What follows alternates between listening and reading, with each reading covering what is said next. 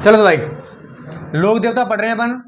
ऐसे सिद्ध या महान पुरुष जिनके द्वारा किए गए जन कल्याण के कार्यों के लिए पूजे जाते हैं, क्या कहलाते हैं? लोक देवता।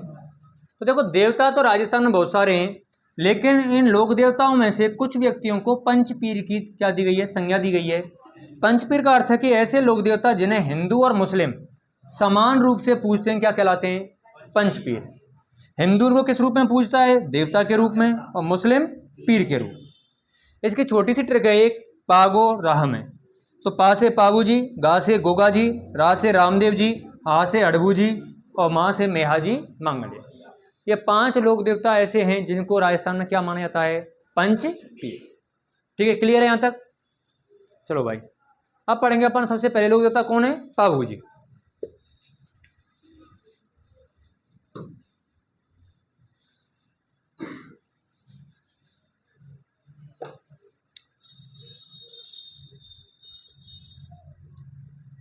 जन्म 1239 में, गांव है कोलूमंड।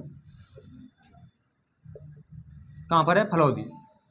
साथ में जोधपुरी लिख लेना, क्योंकि नए से आए तो नए से ठीक है, पुराने से आए तो पुराना ठीक है। कोलूमंड, फलौदी, जोधपुर। ठीक है। इनके पिता का नाम था दांदल जी। क्या नाम था पिता का? दांदल जी। दांदल जी। माता का नाम था कमला दे। कमला दे। वर्तमान नाम देवी लगाते नाम के पीछे, पहले क्या लगाते थे? दे।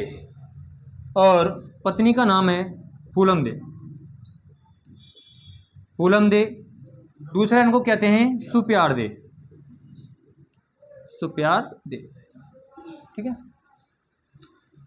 तो पिता का नाम दांदल जी राठौड़, माता का नाम कमला दे, पत्नी का नाम फूलम दे। फूलम देव किसकी बेटी थी? अमर सिंह सोढ़ा की बेटी थी। ये किसकी बेटी थी? अमर सिंह सोढ़ा की पुत्री थी फूलम देव। इनके जीजा थे जींदराव खींची। जींदराव खींची कहाँ के थे? नागौर के।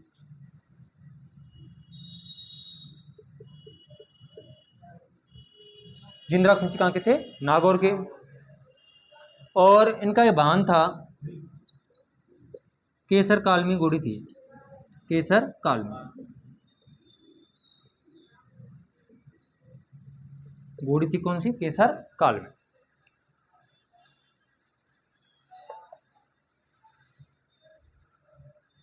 हुआ क्या?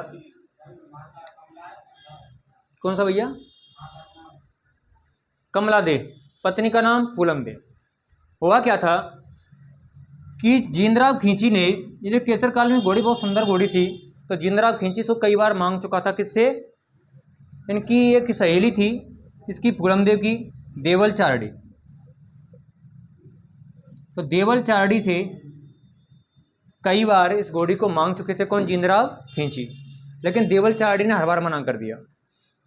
होता क्या है कि देवल चारडी अपने मन से ही घोड़ी किसको दे देती है? पाबू जी को। जब ये घोड़ी पाबू जी को देती है तो जींदराव खींची से चिढ़ जाता है कि मैंने इतने दिन मांगी, मेरे को दी नहीं, और पाबू जी को बिना मांगी घोड़ी दे दी।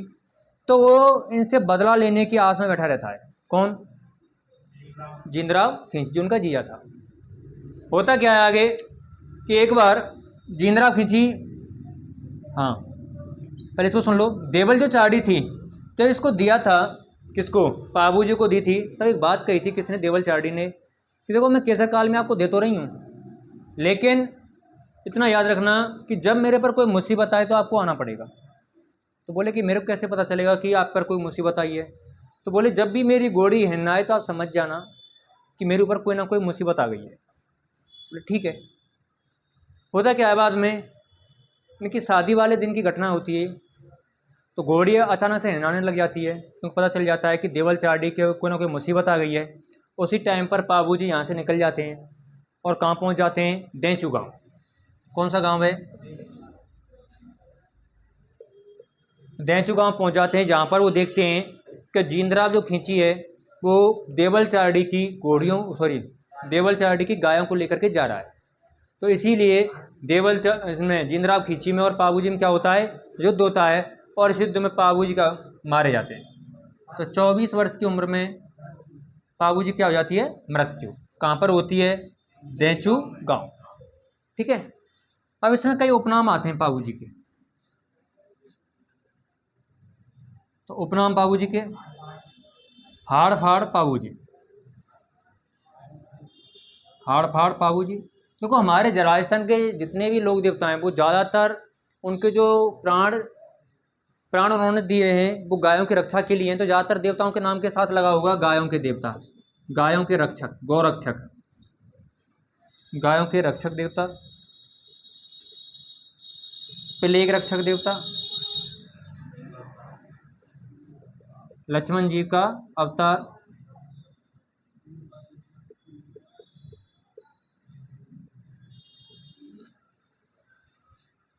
हाड़ फाड़ पाबू जी, गायों के रक्षक, लक्ष्मण जी का अवतार। ठीक है। और पाबू जी की जो मान्यता है वो कहाँ पर है, मेहर जाति के मुसलमानों, किसमें है, तो मेहर जाति के मुसलमान पाबू जी को पीर मानते हैं, पीर मानते हैं या पीर मानकर क्या करते हैं, इनकी पूजा करते हैं। कौन सी जाति के मुसलमान, मेहर जाति के मुसलमान। अगर मैं बात करूं कि राजस्थान में या मारवाड़ में, राजस्थान में सर्वप्रथम ऊंट लाने का श्रेय, ऊंट लाने का श्रेय किसे जाता है, पाबू जी को, पाबू जी को। ठीक है। दूसरी बात, ऊंट पालने वाली जाति कौन सी होती है, राई का या रेवाड़ी। तो राई का रेवाड़ी क्या पालते हैं, ऊंट पालती है। ऊंट का बच्चा क्या कहलाता है, टोरडी। ऊंट का बच्चा क्या कहलाता है, टोरडी कहलाता है। ऊंट पालने वाली जाति क्या कहलाती है, राई का या रेवाड़ी। तो राई का या रेवाड़ी का आराध्य देवता कौन है, पाबू जी। आराध्य देवता कौन है, राई का या रेवाड़ी के, पाबू जी। अब इसमें एक चीज़ हो रही है, ऊंट जब बीमार हो जाता है, ऊंट जब बीमार होता है तो राई का रेवाड़ी के द्वारा पाबू जी की क्या बचवाई जाती है, फड़, जो कि कैसी है, राजस्थान की सबसे लोकप्रिय फड़ है। राजस्थान की कैसी फड़ है, सबसे लोकप्रिय फड़ है। तो कौन सी है, पाबू जी की फड़। और जो कब बांची जाती है, ऊंट के बीमार होने पर। ठीक है। इसको बांचने में राई का रेवाड़ी और एक जाति और आएगी, थोरी जाति, राई का रेवाड़ी या थोरी के जाति के द्वारा फड़ बांची जाती है, किसकी, पाबू जी। ठीक है। इसके बाद ये देंचू गांव में जब युद्ध हुआ था तो पाबू जी के 3 सहयोगी व्यक्ति थे। कितने सहयोगी थे, 3।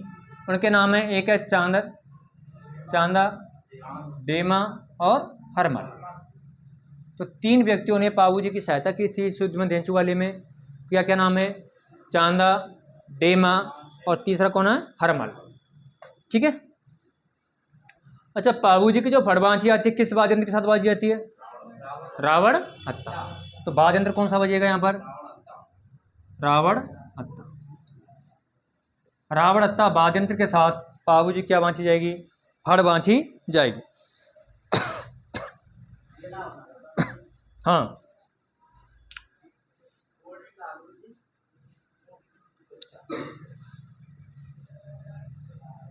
एक पाबू जी के पवाड़े और गाए जाते हैं।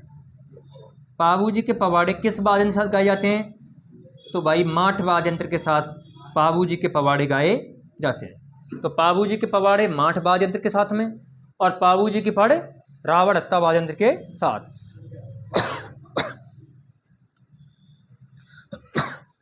और पाबू जी की स्मृति में नृत्य किया जाता है, थाली नृत्य या कहते हो इसको थली नृत्य, है ना। तो पाबू जी की स्मृति में कौन सा नृत्य होता है, थाली नृत्य। और रामदेव जी की स्मृति में कौन सा नृत्य होता है, 13 ताली। कौन सी जाति की महिला करती हैं, कांवड़िया।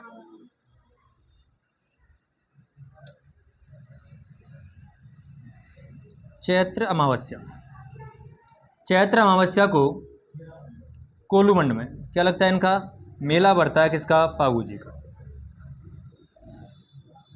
चैत्र अमावस्या को कोलूमंड में क्या लगता है? पाबू जी का मेला लगता है। नृत्य था, इनकी स्मृति में कौन सा नृत्य होता है? थाली नृत्य होता है। पाबू जी के पवाड़े माठ बाज बाज बाँचे जाते हैं। तेंचू गांव में 24 वर्ष की उम्र में इनकी मृत्यु हुई थी। युद्ध में साथ किसने दिया था? चांदा, डेमा और हरमल। ठीक है। पाबू जी किस जाति के आद्य देवता माने जाते हैं? रायका या रेवारी, जो कि क्या है? ऊंट पालने वाली जाति है। तो इनका प्रतीक चिन्ह रह गया। प्रतीक चिन्ह क्या है इनका? भाला लिए हुए अश्वारोही। क्या है? भाला लिए हुए अश्वारोही और बाईं ओर झुकी पाग, और बाईं ओर झुकी पाग। तो भाला लिए अश्वारोही और बाईं ओर झुकी पाग क्या है? इनका प्रतीक चिन्ह है।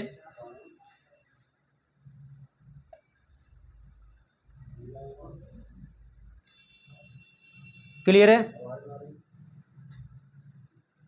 बेटा? बाद में लिख लियो, सब लिखिए पे जोर दे रहे हैं।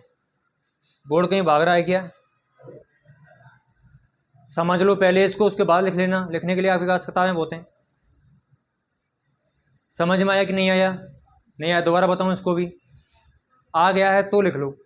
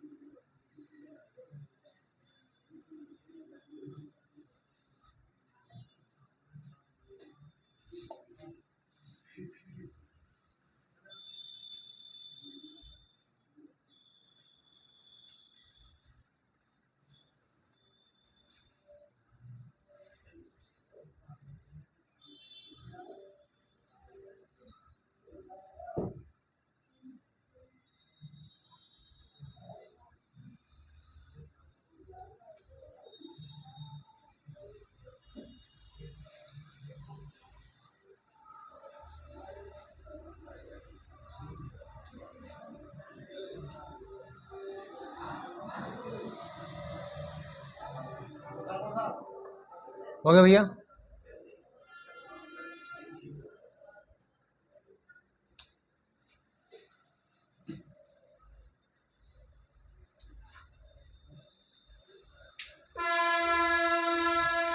पूरा हो गया? चलो आगे।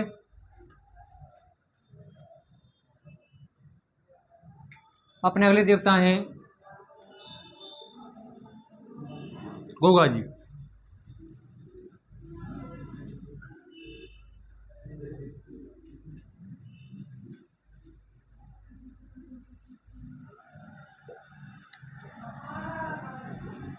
गोगा जी का जन्म कहाँ हुआ? ददरेवा, चूरू। ददरेवा कहाँ है? चूरू। विक्रम संवत 1003 ईस्वी को। पिता का नाम था जेवर, माता का नाम क्या था? बाछल दे। पिता का नाम क्या था? जेवर। माता का नाम क्या था? बाछल दे। पत्नी का नाम था केलम दे। केलम दे जो कि बूढ़ो जी की पुत्री थी।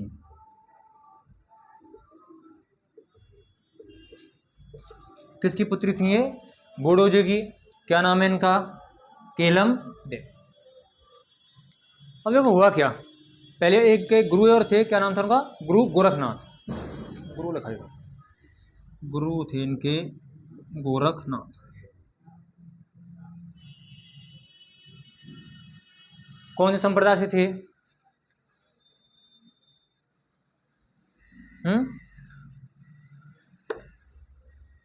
किस संप्रदाय से थे गोरखनाथ?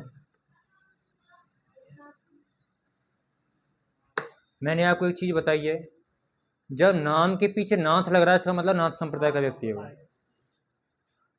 जैसे अपने यूपी के मुख्यमंत्री योगी आदित्यनाथ, तो नाथ संप्रदाय का है। नाथ संप्रदाय का मेला कहाँ पड़ता है? भरतरी का मेला, कनफटे साधुओं का तीर्थ कहते हैं जिन्हें, है ना। और इनकी मैंने आपको पहचान ही बताई थी कि कानों में क्या होते हैं, कुंडल होते हैं मोटे मोटे दोनों के, है ना।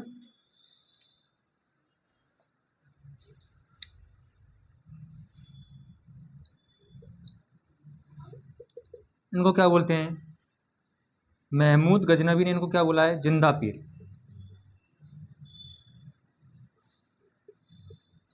ने इन्हें क्या बोला है?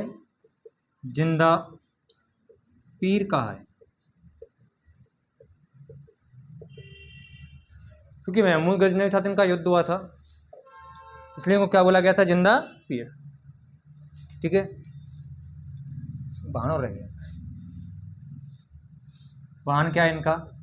नीली घोड़ी, इसे क्या बोलते हैं? गोगा बाप्पा। क्या बोलते हैं? गोगा बाप्पा।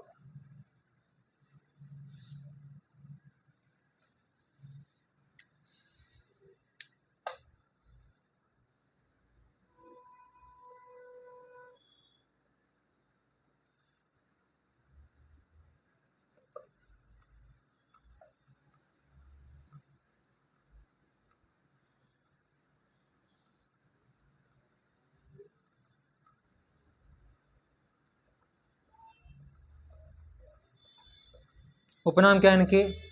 इनको बोलते हैं नागों के देवता।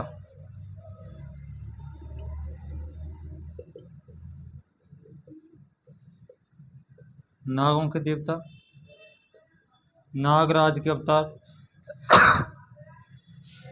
नागराज के अवतार, जार पीर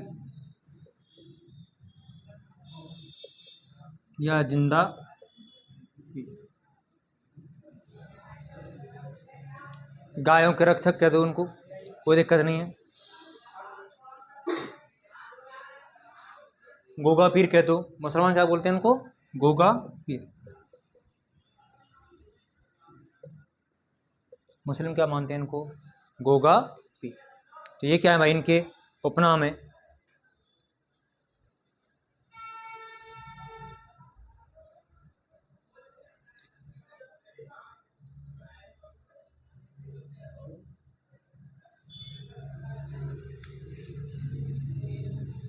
प्रतीक चिन्ह,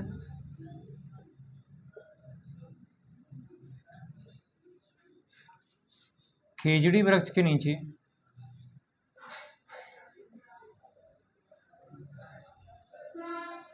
खेजड़ी वृक्ष के नीचे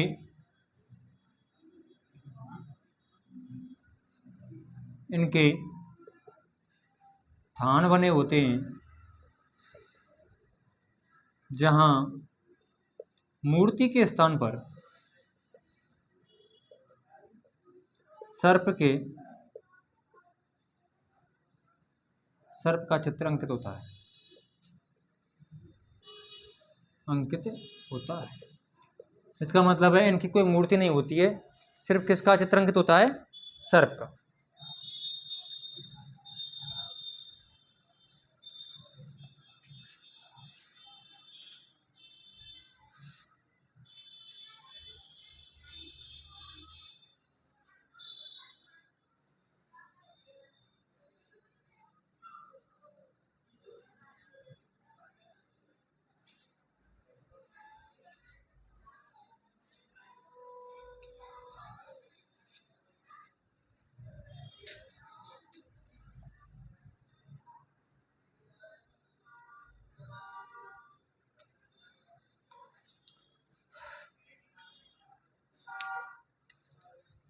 आती है पूजा। पूजा घरों में मिट्टी के घोड़े बनाकर इनकी क्या की जाती है? पूजा की जाती है। किसकी? गोगा जी। तो घरों में किसके घोड़े बनाए जाते हैं? मिट्टी के घोड़े बनाए जाते हैं। साथ में इनके जो भक्त हैं इनके जो गीत हैं वो किस वाद्य यंत्र के साथ गाते हैं? डेरू। तो गीत किस वाद्य यंत्र के साथ गाए जाते हैं इनके? तो डेरू नामक वाद्य यंत्र बजता है इनके गीत गाते समय। पूजा घरों में मिट्टी के घोड़े बनाकर की जाती है। खेजड़ी वृक्ष के नीचे थान होते हैं जहाँ मूर्ति के स्थान पर किसका चित्र अंकित होता है? सर्पों का चित्र अंकित होता है।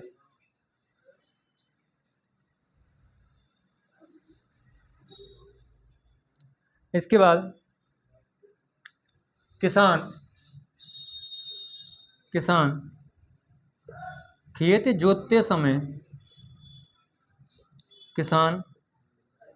जोतते समय हल एवं हाली को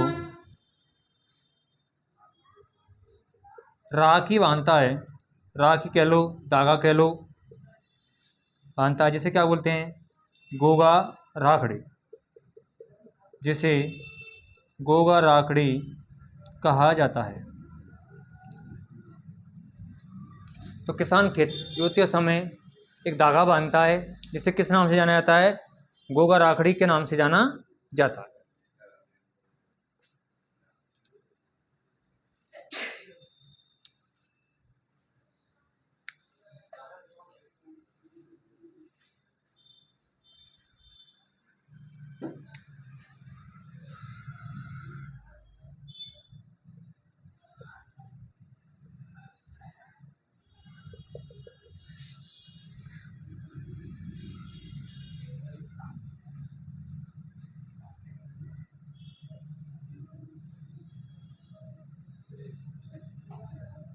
देखो भाई, जब गोगा जी युद्ध कर रहे थे उस टाइम पर, तो युद्ध करते टाइम इनकी गर्दन कट गई थी, और गर्दन कट के कहाँ गिरी थी? रदरेवा चूरू में। तो वहाँ पर किसकी पूजा होती है? शीर्षमेढ़ी कहते हैं उसको, ठीक है, भगवान के शीर्ष की पूजा की जाती है। इसके बाद में ये लड़ते लड़ते कहाँ तक पहुँच गए थे? नौहर हनुमानगढ़ तक पहुँच गए थे, जहाँ इनका क्या गिरा था? दड़िया कपन। तो जैसे युद्ध हुआ, युद्ध में इनकी गर्दन कट गई, गर्दन कट के कहाँ पर गिरी? ददरेवा चूरू में। और गर्दन कटने के बाद भी युद्ध करते रहे, और इनका धड़ जाके कहाँ पर गिरा था? नौहर हनुमानगढ़ में। इसलिए नौहर हनुमानगढ़ को क्या बोलते हैं? यहाँ पर क्या है इनकी? दुर्मेढ़ी। और शीर्षमेढ़ी कहाँ है? ददरेवा चूरू।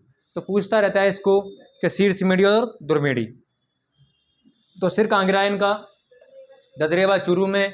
और धड़ कहाँ पर गिरा है? दड़िया कपंद, नौहर हनुमानगढ़ में।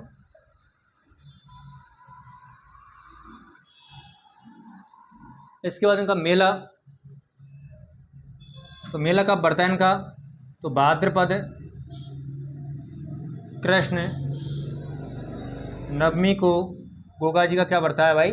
सॉरी, गोगा जी का मेला बढ़ता है कब? भाद्रपद कृष्ण नवमी को। प्रतिवर्ष इनका मेला आयोजित किया जाता है।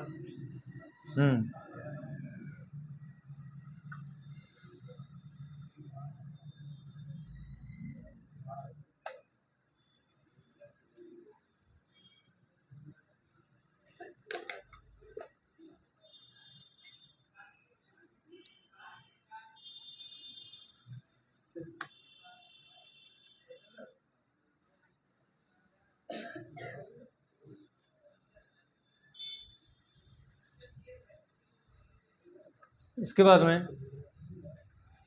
हो गया था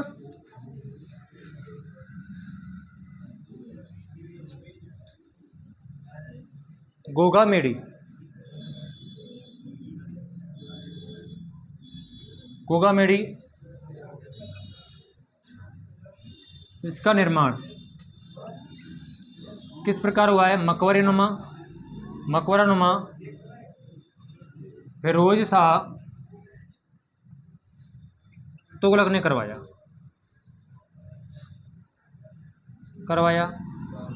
तथा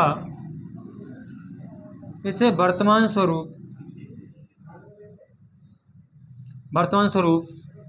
महाराजा गंगा सिंह, कहाँ के? बीकानेर के महाराजा गंगा सिंह। कहाँ के महाराजा गंगा सिंह? बीकानेर के हैं। क्या बोलते हैं इनको? राजस्थान का भागीरथ। तो इन्होंने गोगा मेढ़ी के वर्तमान स्वरूप का निर्माण करवाया, ने दिया। तो वर्तमान स्वरूप गोगा मेढ़ी किसने दिया है? महाराजा गंगा सिंह है। इसकी विशेषता रह गई है, यहाँ पर बिस्मिल्लाह का चिन्ह अंकित है।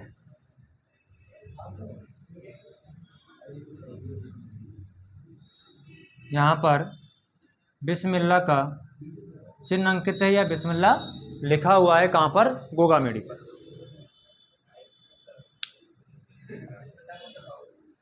बिस्मिल्लाह मुस्लिम लोग लिखते हैं अपने। हाँ हाँ, एक सेना इबादत करो बिस्मिल्लाह।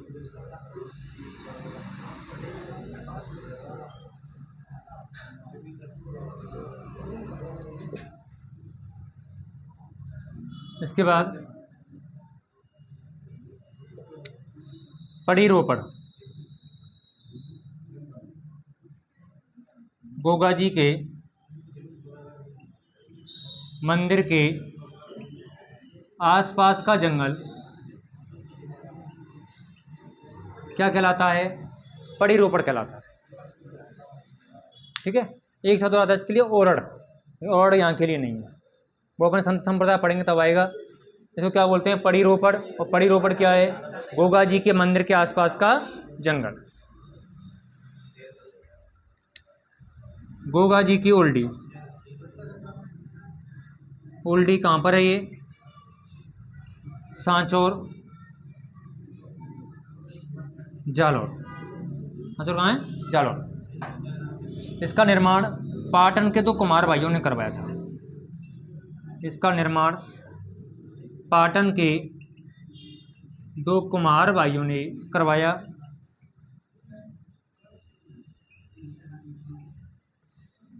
ओल्डी का मतलब होता है झोंपड़ी।